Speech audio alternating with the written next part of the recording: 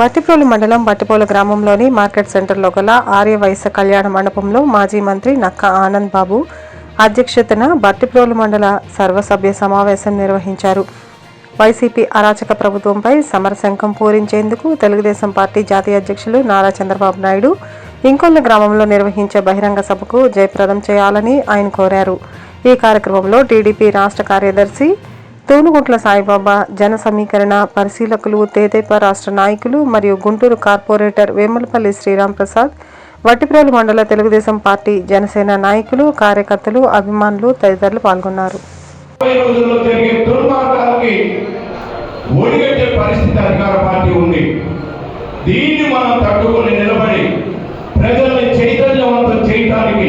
ప్రతి గ్రామంలో ఉన్నటువంటి తెలుగుదేశం పార్టీ నాయకులు, కార్యకర్తలు పనిచేయండి. ఆ విధంగా పనిచేసి రేపు వేమూరు నియోజకవర్గంలో ఏ గ్రామాన్ని ఎంచుకున్నా తెలుగుదేశం అధిక మెజారిటీని తీసుకురాగలిగాం. గతంలో కన్నా ఈ సంవత్సరం జరిగేటటువంటి ఎన్నికల్లో ఆనందబాబు గారికి అత్యధికమైన మెజారిటీతో ఓట్లు తీసుకురాగలిగామనే పరిస్థితిగా గుండె మీద చేసుకుని చెప్పగలిగే కార్యకర్త నాయకుడిగా ఉన్నప్పుడు మనం అనుకున్నటువంటి అన్ని నెరవేర్చే విషయాన్ని ఈ సందర్భంగా తెలియజేస్తూ, మరి రాజకీయంగా ఈ రోజు ప్రభుత్వం చేస్తున్నటువంటి అరాచకాలన్నీ కాదు, అవి చెప్పుకుంటూ పోతే కోకొల్లలుగా గంటల తరబడి కూర్చున్న తరగనటువంటి దుర్మార్గాన్ని ఈ ప్రభుత్వం చేసింది. దీన్ని ఎండగట్టే విధంగా ప్రతి ఒక్కరు ప్రయత్నం చేయండి. ఈ పార్టీ నాది, ఆనందబాబు నా మనిషి, చంద్రబాబు నాయుడు నా నాయకుడు, వీళ్ళని గెలిపించుకొని తద్వారా ఈ రాష్ట్రంలో నియోజకవర్గంలో మన గ్రామాల్లో అభివృద్ధిని సాధించుకునే దిశలో ఆనందబాబుని ముందుకు నడిపించే విధంగా మనందరం కూడా కృషి చేయాలనేటటువంటి సందేశాన్ని, విజ్ఞప్తిని ఈ సందర్భంగా నాయకులకి, కార్యకర్తలకి, అభిమానులకి అందరికీ తెలియజేస్తూ 3 సార్లు నిలబడ్డాడు, 3వ గెలిచాడు, 4వ రావాలి.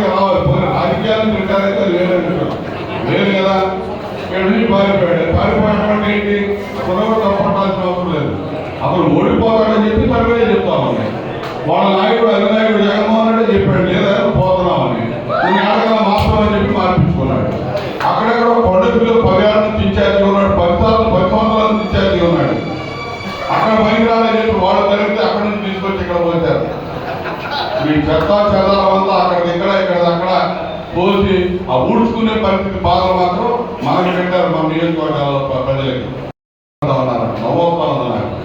మనం ఓడిపోయినా గెలిచిన మళ్ళా రేపు 4వసారి మీ మధ్యకే రాబోతా ఉన్నా. మీ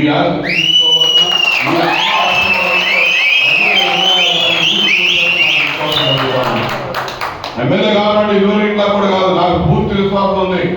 వేమూరు నియోజకవర్గం గత పాత కానీ కొత్త కానీ నియోజకవర్గం పుట్టినాక ఎప్పుడు మెజారిటీ రేపు ఖచ్చితంగా మీరు ఇవ్వబోతారనేది సభకి ప్రభుత్వ అధికార దుర్వినియోగం చేసి 100 కోట్లు వెచ్చించి, ప్రజాధనం వెచ్చించి ఆర్టీసీ బస్సుల్ని యథేచ్ఛగా వాడుతున్నారు. అధికార యంత్రాంగం మొత్తం కూడా తీసుకొచ్చి కూర్చోబెట్టి మీటింగ్ చెప్తా ఉంటే ఎవరి దాటి వాడు గొడవలు దూపాయిపోతా ఉన్నారు. బలవంతం తీసుకొచ్చి పెట్టి చెప్తా ఉన్నాడు. మన మీటింగ్ లేదని మనం బహిరంగ సభ పెట్టుకోవాలంటే అది లేదు, ఇది లేదు, ఆ పర్మిషన్ లేదు, ఈ పర్మిషన్ లేదని ఆపడానికి ప్రయత్నం చేస్తా ఉన్నారు. మొన్నటి మన జనసేన పవన్ కళ్యాణ్ గారికి హెలికాప్టర్ ల్యాండింగ్ కూడా పర్మిషన్ ఇవ్వకుండా ఆయన సభ అడ్డుకున్నారు, సమావేశాలు అడ్డుకున్నారు. నిన్న బస్సుల సభ కూడా అడ్డం సృష్టించడానికి ప్రయత్నం చేశారు. కాకపోతే ఆగలేదో చెప్తా ఉన్నారు. ఈ విధంగా పనికి మాలిన పనులన్నీ చేస్తా ఉన్నాడు జగన్మోహన్ రెడ్డి, అతను బాబేదారు.